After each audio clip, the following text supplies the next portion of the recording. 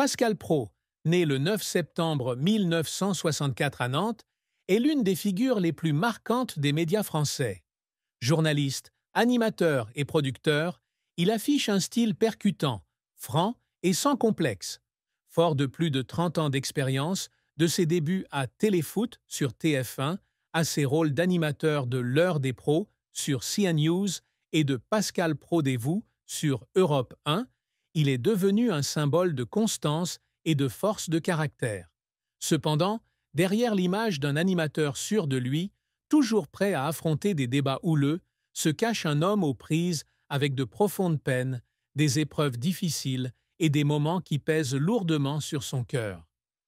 Lorsque Pascal Praud a finalement avoué sa douloureuse vérité, le public a compris que son parcours n'était pas seulement une histoire de succès, mais aussi une histoire de résilience, de douleur et de rêves inavoués.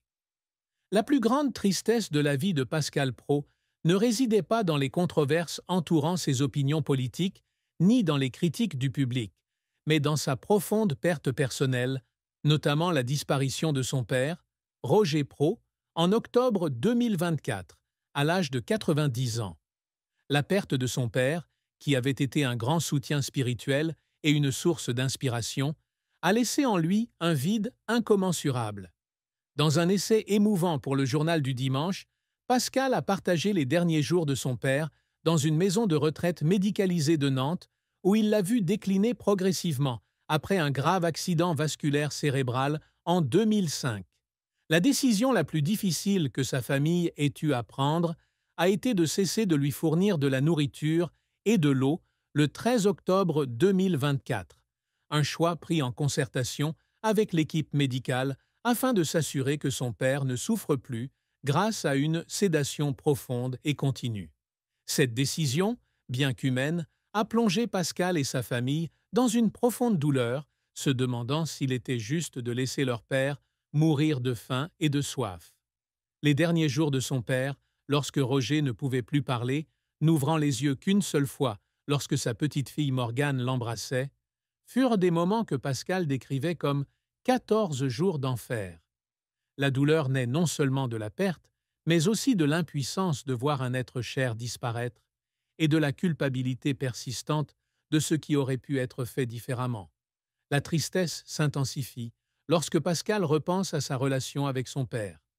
Roger Praud, directeur régional d'une entreprise de matériel de bureau, était un homme sévère, mais aimant. Les souvenirs des trajets en voiture avec son père, les moments calmes mais chaleureux, les rires insouciants, sont ce que Pascal chérit le plus. Il a un jour écrit qu'il avait écrit ces mots pour prolonger le temps passé ensemble, comme une façon de s'accrocher aux souvenirs du père qu'il a façonné. Cette perte n'est pas seulement une douleur personnelle, mais aussi un rappel de la fragilité de la vie, un thème que Pascal aborde souvent dans ses spectacles, mais qu'il ressent aujourd'hui plus profondément que jamais. Outre la douleur de la perte de son père, Pascal ressentait une autre tristesse, moins médiatisée, liée au sentiment d'être incompris du public. Journaliste au franc-parler, Pascal était souvent qualifié d'extrême droite ou de réactionnaire, notamment par ceux qui critiquaient ses opinions conservatrices sur la culture, l'histoire et la sécurité. Ces étiquettes, qu'il rejetait en se qualifiant lui-même de « anarchiste épris de liberté », lui donnaient un sentiment d'incompréhension. Il confiait dans une interview au Point en 2021 avoir le sentiment que la France dans laquelle il avait grandi n'existait plus, faute de transmission des valeurs traditionnelles. Ce sentiment, sans être une douleur spécifique, était une tristesse persistante, l'amenant à se demander si ses efforts pour susciter le débat social étaient véritablement reconnus ou simplement réduits à des étiquettes politiques. La carrière de Pascal Praud a été longue et tumultueuse, marquée par des succès considérables, mais aussi par de cuisants échecs. Né à Nantes, Pascal a grandi dans une famille bourgeoise, où son père était homme d'affaires et sa mère, Michèle, une femme dévouée. Passionné de football dès son plus jeune âge, il jouait pour son club local et rêvait de vivre au plus près du sport. Après une licence de droit à l'Université de Nantes et des études à l'École supérieure de journalisme de Paris, Pascal a débuté sa carrière en 1988 comme journaliste sportif à Téléfoot sur TF1, aux côtés du légendaire Thierry Roland. Ce fut le premier pas vers une audience nationale, grâce à son style de commentaire vivant et à sa connaissance approfondie du football. Durant ses 20 années à TF1, il a non seulement été présent sur Téléfoot, mais aussi sur LCI, la chaîne d'information en continu du groupe, où il a perfectionné ses talents d'intervieweur et d'analyste. Parallèlement à la télévision, Pascal a également bâti une carrière à la radio. Dès 1988, il a participé à l'émission On refait le match sur RTL avec Eugène Sacomano, puis a animé sa propre émission Tirs au but. Sa présence sur RTL s'est étendue sur plusieurs décennies, avec des émissions telles que Multiplex RTL L'équipe et Le Grand Match de Ligue 1, où il a continué à s'imposer comme l'un des journalistes sportifs les plus influents. En 2012, à la retraite de Sacomano, Pascal a repris le rôle de présentateur principal de On refait le match, une étape importante dans sa carrière radiophonique. Ces émissions lui ont non seulement apporté la célébrité, mais lui ont également permis de fidéliser un public qui appréciait son franc-parler et son dynamisme. En 2008, Pascal a pris la décision audacieuse de quitter TF1 pour devenir directeur de la communication et du marketing du FC Nantes, l'équipe qu'il supportait depuis son enfance. C'était pour lui l'occasion de sortir de son rôle de commentateur et de devenir un décideur dans le monde du sport. Cependant, son passage au FC Nantes n'a pas été à la hauteur de ses attentes. Il a essuyé de vives critiques de la part des supporters, notamment lors d'un événement à Brest, où il a été publiquement insulté pour avoir tenté de distribuer des maillots à des supporters. Cette expérience, a-t-il déclaré, l'a laissé épuisé et lui a valu le sentiment d'avoir reçu une gifle. Après 2 ans, il quitte le FC Nantes en 2010 avec des résultats pas très bons. Un échec qui, il l'avoue, lui a laissé des séquelles mentales. Après son échec au FC Nantes, Pascal revient au journalisme et rejoint iTélé, devenu CNews, pour présenter L'Œil de Pro pendant la Coupe du Monde 2010, ainsi que 20h Foot et 13h Foot. En 2014, il élargit son champ d'action aux émissions de débat politique, remplaçant Léa Salamé sur Ça se dispute, aux côtés d'Éric Zemmour et Nicolas Domenach.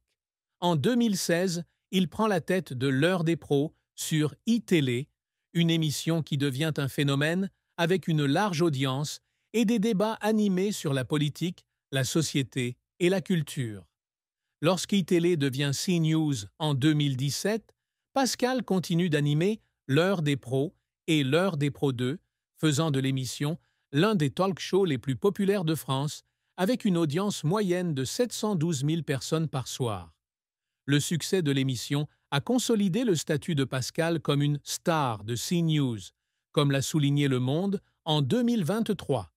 Outre la télévision, Pascal a continué à développer sa carrière radiophonique. En 2018, il a quitté les émissions sportives pour animer Les auditeurs ont la parole sur RTL, où il a offert au public un espace pour partager son point de vue sur l'actualité. En 2023, il a quitté RTL pour rejoindre Europe 1, où il a animé Pascal Pro et vous à la mi-journée. Ce départ marque une nouvelle étape, lui permettant de maintenir son influence dans un paysage médiatique en pleine mutation. Son style d'animation, alliant esprit, franchise et parfois provocation, a séduit un large public, mais a également suscité la controverse. Il a été critiqué pour ses opinions conservatrices, notamment pour son soutien public à Éric Zemmour lors de l'élection présidentielle de 2022, lorsqu'il a déclaré que Zemmour parle avec le plus de justesse et d'intelligence. Ses propos, ainsi que son déni de l'existence d'une droite radicale en France, lui ont valu d'être qualifié de normalisateur des idées d'extrême droite, comme l'ont souligné des chercheurs tels que Lucie Guimier et Renaud Mahès. Malgré cela, Pascal a également connu un succès considérable. Il a reçu le prix du commentateur sportif en 2014 et L'Heure des pros a permis à CNews de surpasser ses concurrents, devenant la première chaîne d'information en France en mai 2023. Son parcours témoigne de sa capacité d'adaptation, de journaliste sportif à présentateur de journal télévisé très influent. Cependant, les controverses qui l'entourent, notamment les rapports transmis au Conseil supérieur de l'audiovisuel, CSA, sur le contenu de l'heure des pros, ont également joué un rôle essentiel dans ce parcours. Les critiques le qualifiant de réactionnaire, de populiste ou même d'islamophobe l'ont contraint à se défendre à plusieurs reprises, soulignant qu'il souhaitait uniquement susciter un débat honnête et privilégier la liberté d'expression. La vie de Pascal Praud a été jalonnée de nombreux défis, des débuts de carrière aux crises personnelles et professionnelles. Lorsqu'il a débuté chez TF, en 1988, c'était un jeune journaliste ambitieux, peu connecté dans le milieu. Il a un jour confié qu'étudiant, il traînait dans les rédactions d'Europe 1, TF1 et France 2, comptant sur son audace pour dénicher des opportunités. Rejoindre TF1 juste après la privatisation de la chaîne par Bouygues a été un coup de C